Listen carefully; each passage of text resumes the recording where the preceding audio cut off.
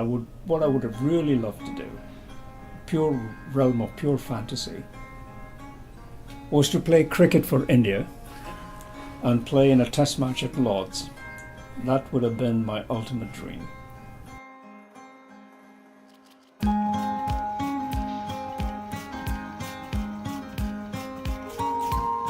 When I was young, when I was in school, I actually didn't want to do science. I wanted to be a historian and I wanted to be a Shakespeare scholar.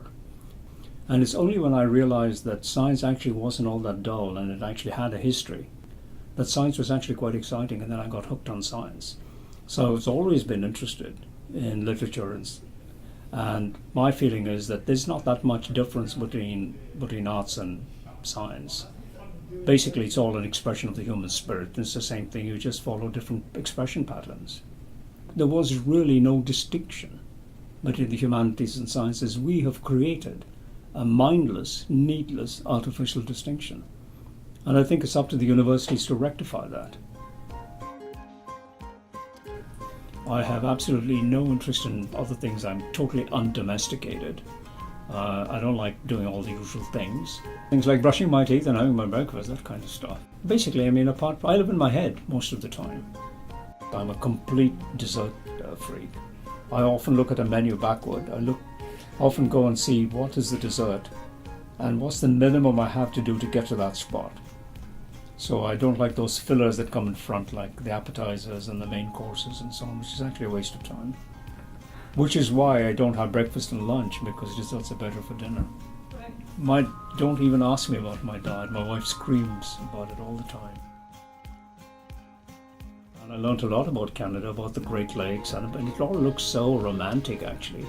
I mean, names like Winnipeg look so sexy. Vancouver, Winnipeg, it wasn't Hyderabad and Secunderabad and all kinds of stuff. Canada looks so exotic. And I never dreamt that I was going to be living next to the Great Lakes for such a long period of my life. There's no doubt about it. I mean, the reason I chose to stay was McMaster University. It is a wonderful place. I mean, just think about it. Any other place on earth, I would have been labeled as a pharmacologist and asked to teach pharmacology. At McMaster, I'm doing all kinds of things. I was involved in the Arts and Science program. I've been involved in the Bachelor of Health Sciences program. I was involved in the Bachelor of Biopharm program. I interact with people like Louis Greenspan in religious studies, people in engineering, people all over the place. And that's the excitement of being in this particular university. There are really no boundaries and there are really no barriers. Because I was actually quite introverted when I was in school. And in a way, I've always said that I was extraordinarily lucky that I grew up in India, because I don't think I would have survived a North American school. My parents honestly didn't care. As long as I didn't bother them, they didn't bother me. So I learned a lot of things on my own. I built telescopes, I built microscopes. I had actually a complete chemistry lab at home. And yes, I kept to myself most of the time. What really changed was actually going into medical school. And again, I got into medical school not because I wanted to do medicine. I actually had no interest in it. They just lost my application form for chemistry. And then once you're in medical school or once you're in residence, you're forced to actually interact with people. So I overcame all my shyness and my introversion. Unfortunately, as a medical student, I was always vaguely embarrassed. That's probably one of the reasons I didn't become a clinician. I had this white coat on, the stethoscope in my pocket, and the patients would ask me questions, and I couldn't fake it, really. I couldn't tell them that I knew more than I did.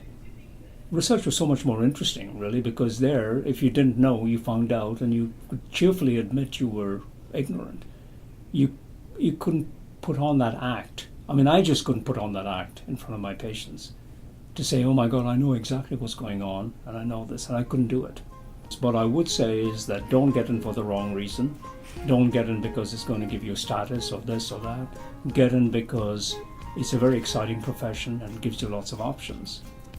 And there are many things you can do with it, but don't get in simply because your parents tell you or society thinks you're going to give you a good job, or that it's very comfortable. I mean, those are really the wrong things.